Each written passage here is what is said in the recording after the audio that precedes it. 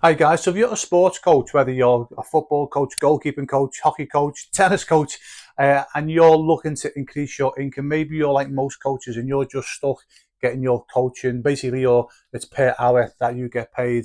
I'm going to be showing you something in this quick video, what's called a value ladder. This will be a game changer for yourself. Now, I was actually doing my speciality. I'm an ex-professional football player, soccer player.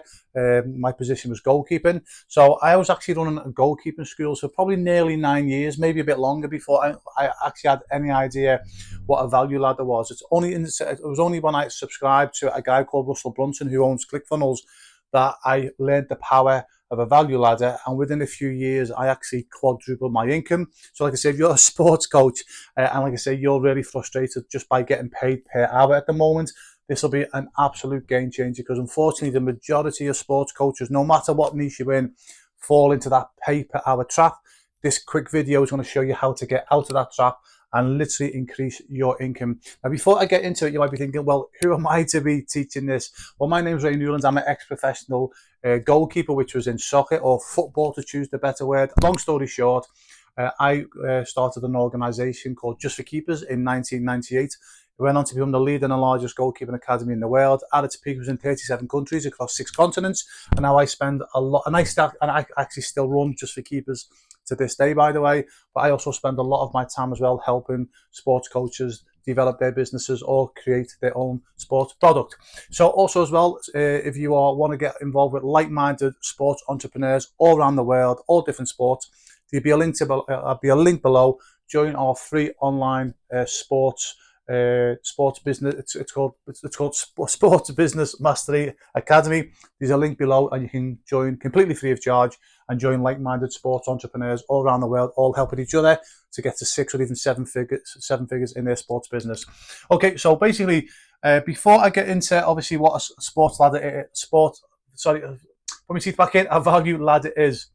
We've got 2 coaches here. We've got the unhappy coach who's stuck on their current hourly income. Then we've got the happy coach, which will come to him or her in a moment. Now, most sports coaches, how they earn their income is they will basically maybe do a one-to-one. Okay, so they might do like a one-to-one session. One-to-one session. I'll learn how to write properly. Or even, so that'll be like, that's like on the value ladder, that's like step 1, a one-to-one. The next one that they might do group sessions. So they might have 5, 6, 10, 12 in their group. So when I used to coach my goalkeeping students many years ago, I actually have 18 students in one group, believe it or not. Now I wouldn't have that many. I'd probably still have about 12. But obviously group session is when you obviously go from one-to-one and one-to-many, which is a very wise thing to do. Also as well, by the way, it's super important, just to let me quickly digress, one of the most important things you have to do as a sports coach, if you want to have a long-term income in future as a coach, you have to get parents or your students to pay monthly. Okay, so if you're like pay as you go, the chances, I'll tell you right now, the chances of you building a long-term business is highly unlikely, guys. It's so important that you get your students or parents, whoever's paying for the coaching, to pay monthly. It is that important, guys. Okay, yeah. And also as well, by the way, if you're enjoying this video, please subscribe, whatever it is on the channel. It really helps the channel grow. So basically, it's super important. Yeah, as I say, please don't be paying per session. Now, I know when you get going as a coach, you might have to do that, but really, you need to be going to the point where basically it's set and forget. Once a student pays monthly, they're used to paying all their bills monthly: TV, gas, electric, cars, insurance. It's all monthly, so it'll just be another monthly bill to them. If you've got if you're always every time you're getting a student, if you're asking money every time you coach, you've basically got to sell yourself time and time again. It's quite difficult to do. Okay, so like I say, just a quick digression there, guys. Okay, so step 1 is one-to-one coaching. Step 2, a lot of coaches go to group coaching, which is cool. Then step 3, they might run camps, etc. And that's where most coaches stop. That's where I stop, guys. Okay, doing one-to-one, group sessions, and then maybe camps. Now, and again, I know that you might be doing other bits and bobs, but the majority of sports coaches, that's where they stop. They either stop on one-to-ones, doing group sessions, or maybe doing camps. Most sports coaches don't do more than that. Okay, so that's what I did for many, many, many years. Okay, so what happened then is once I realised what a value ladder was. Now, when I listened to what Russell Brunson was saying, he was more teaching online entrepreneurs, but I taught what Russell Brunson was teaching, and I put that into my sports coaching. Now, I'm only going to name a few of the things that I added to my income streams. I actually added many, many more, but I'm just going to try and keep this as basic as possible. Now, obviously, we've got the camps. Okay, like that might be like a 1-day event or a 2-day event. Another big thing that I started to add was residential camps. These are absolutely huge. Now, before COVID and all that nonsense, guys, okay, before the powers that be did what, destroyed a lot of businesses, which I thought was, I won't go into too much detail, guys, as I thought was disgusting, by the way, totally uncalled for. But anyway, we were running residentials, the biggest goalkeeping residentials in the world, before COVID happened. To be honest with you, after COVID happened, I stopped doing them, which basically because we got too busy doing other things. But residentials brought in a lot of income. It brought students in from all around the world. So you can do residentials as well. Now, another thing, if you really want to start growing your business as well, is you can then start licensing your skills. Now, you can start off locally, okay, to start off with. So what I mean by that is that, again, going back to a lot of coaches, they'll only be doing their coaching themselves. Now, if you can grow and grow and grow, I won't go into too much detail into this. There'll be other videos that I'll be doing. But once you've done your coaching, if you can put that into a system that other coaches can follow, what you can then do is what I did when I was growing my goalkeeping coaching school. So I started off doing one session on a Monday evening, one session on a Tuesday, one session on a Wednesday. Now, obviously, I've only got so much time like yourself. So what I did is I put my coaching systems into a system, and then I brought other goalkeeping coaches in to coach under my umbrella. So I started licensing basically my skills that I put into a system to other coaches.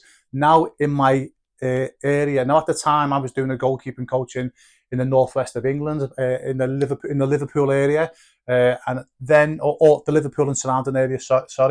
And then I had 2 venues on a Monday, then 2 venues on a Tuesday night, 2 venues on a Wednesday night, because I was now licensing my skills, my system, and my time to other goalkeeping coaches. Now, once I tested that and it was successfully working, and I got to the point where I had 2 venues on a Monday, 2 venues on a Tuesday, like I've just said, but I got to the point where I actually wasn't coaching. I actually now had 2 coaches working for me on a Monday night, 2 coaches on a Tuesday night. And once I'd done that concept, I then took this. I done this licensing sort of on a local basis. Then what I did then is I then took this on a national basis. I then went national with my system. Then I also went international with my system as well, because once you've done it once, guys, in one area, thanks to technology and all that, now you can do it you can do this, so you can do it all over the world. Then on top of that as well, guys, okay, just to give you some ideas and actually show you some of my products now, because I'm just in one part of our warehouse, you can then start bringing your own products in. Sorry, my pen's going here. So then another value, guys, is your own product. So you can see where, unfortunately, the average coach stays, okay? But if you can be the above average coach, like this happy coach, you can see where this value ladder, I'm adding and adding and adding. So let me just quickly show you this, by the way, guys, okay? So we want to come here. So, Mackenzie, if you don't mind just showing the bit of warehouse here. Okay, so this is just part of our warehouse. So we've got many rooms like this. You might have seen my other warehouse, the other hot part of the warehouse, which is the big part. But this is where we sort of come to get rid of all the bits and bobs that basically what's on sale, really. So to give you a bit of an idea. So another thing, like you say, you can bring your own products in.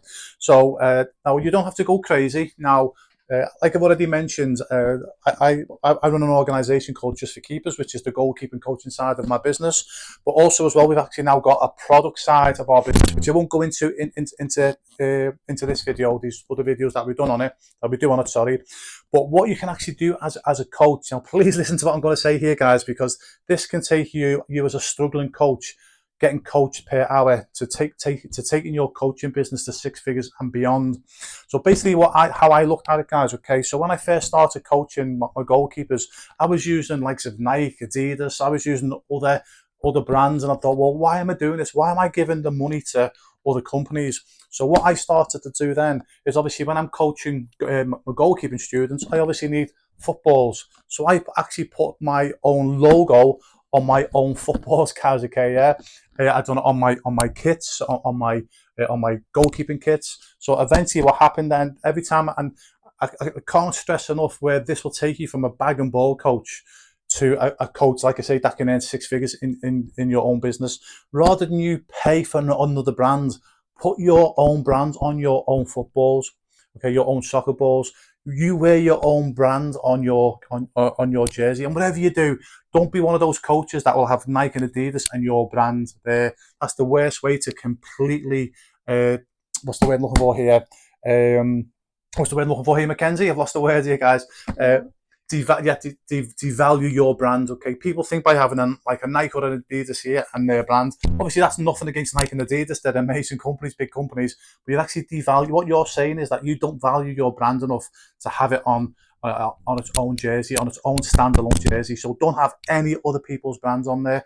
And what happened then is, once I started putting my logo on my balls and then on my goalkeeping jerseys, then my students started asking about goalkeeping gloves. And again, you'll see this in other videos. So I actually went on to create J4K, which went on to become one of the leading goalkeeping glove brands in the world. So again, you can add products. So back over to the whiteboard, guys, okay? So like I say, can you see where this value ladder goes? Okay, now I explain more. If you go to up here, school.com/sports, again, you can subscribe. You can subscribe for free below. Put my teeth back in again. And like I say, that's where these like-minded sports entrepreneurs all over the world, all in different sports, all helping each other, networking to help each other grow their business. We all live by a saying within our community: a rising tide raises all ships. So I actually go really deep into the value ladder. I've actually got a full program within the community, guys. So if you're interested, I'm only giving you a bit of a bird's eye view of what I do. I actually do more in the products as well. What I'm in the process of now doing with my I've already licensed my sports brand on the coaching side of things. I'm actually now looking to now start another step in that value ladder.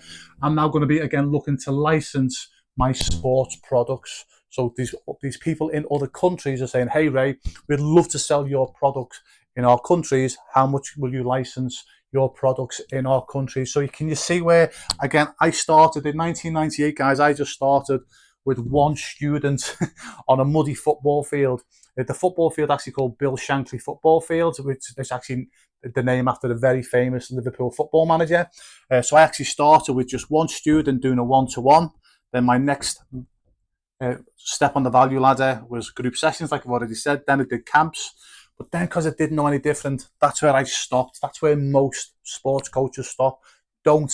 If you want to be like this guy and happy and go away from earning. So, because when I was here, basically, the only time that I made an income is when I actually physically coached. So I was trading my time for an hourly wage. You don't want to be doing that, guys, okay? Yeah. I know so many sports coaches in my niche and out of my niche who are still coaching when they're 65, 70 years of age. You don't want to be that coach, guys. True story, but very sad. When I lived in a certain part of Florida, I got to know another football coach. And I was actually, at the time, like I say, I'm from the UK, and this coach actually was also from the UK as well. So he literally was just coaching on the same field as myself. So we got to know each other over the weeks when I was coaching. This was maybe 10 years ago now. And on one day, I think it was like a Saturday morning, for example, he was telling me that he was going in for a back operation. He said, so this was on the Saturday, and I think he was going in for the back operation on the Tuesday, for example. Anyway, so I wasn't expecting to see him for weeks, and my jaw hit the floor when the following week I seen him coaching again. So I went over and said, "I thought you were having an operation." He went, "I did. I had an operation on the Tuesday or Wednesday." I went, "Well, why are you coaching?" He went, "I've got no choice." Here's a guy who was nearly 70 years of age, just had a back operation, and he had to physically still coach. And you can see he was in agony because he was stuck at this level. That was a massive wake-up call for me. Again, at this point, I understood the value ladder. But when I seen this guy, I was like, I do not want to be like that when I'm 70 years of age, having an operation and still having to physically coach. Now, again, think about this. If you've got your business set up like this and you're 40, 50, 55 years of age, I'm coming to that age group now, and you're still coaching for an hourly wage. Do you want to be getting to 60, 65, 70, not feeling well, having an operation, and then still having to physically coach? I'm guessing the answer is no. Okay, yeah. So make sure that you go to theschool.com sports. Again, the link is below. Join completely free of charge, and we'll show you how to do this value ladder. And again, you might only want to come to here, to this point, guys, okay? Or you might want to go here and beyond what I've done, okay? Yeah. Again, I've only shown you the tip of the iceberg here. So that's what we call the value ladder. So start thinking about within your sports business now, and what I've briefly gone over. Again, you probably can't write that. They probably can't read that Italian writing they've just done there, guys, okay? But just think about your sports business, okay? And what I've spoke about here. How can you add value? Obviously, these steps within your value ladder. So you move away from working per hour to basically earning an income that literally you can earn money. If you set this up, guys, like it's done for me and like it's done for many coaches that I've helped over the years, you can actually earn money while you sleep. Okay, so that's what you want to be doing with your skills, guys. Okay, yeah. If you've got a certain skill in your sports niche, yeah, start off here and do the coaching, but you need to be moving over here. Okay, and you need to be earning an income while you sleep. And again, another thing I forgot to mention as well, guys, I've created apps, I've wrote books, ebooks, and again, these are all on this value ladder, guys. Okay, and with AI, and again, I'll show you in other videos within my channel. Literally, I actually wrote a book on a Sunday afternoon within my niche. I've given away thousands of copies. I've sold hundreds of copies, and that's brought in so much business by just writing a book, guys. Okay, yeah. So again, this is something that you can, again, I teach all this in theschool.com sports, guys. Okay, so again, subscribe if you don't mind, please, guys, because it helps the channel. If you enjoyed this video, please comment below. If I've missed anything out, I have missed a few things out, by the way, guys. I've only flew through this. But if you're a sports coach, what have you added in your value ladder that's going to help you earn an income? Because the key for your experiences, guys, and what I'm trying to get across here, like I say, you don't want to be one of these coaches that's working per hour.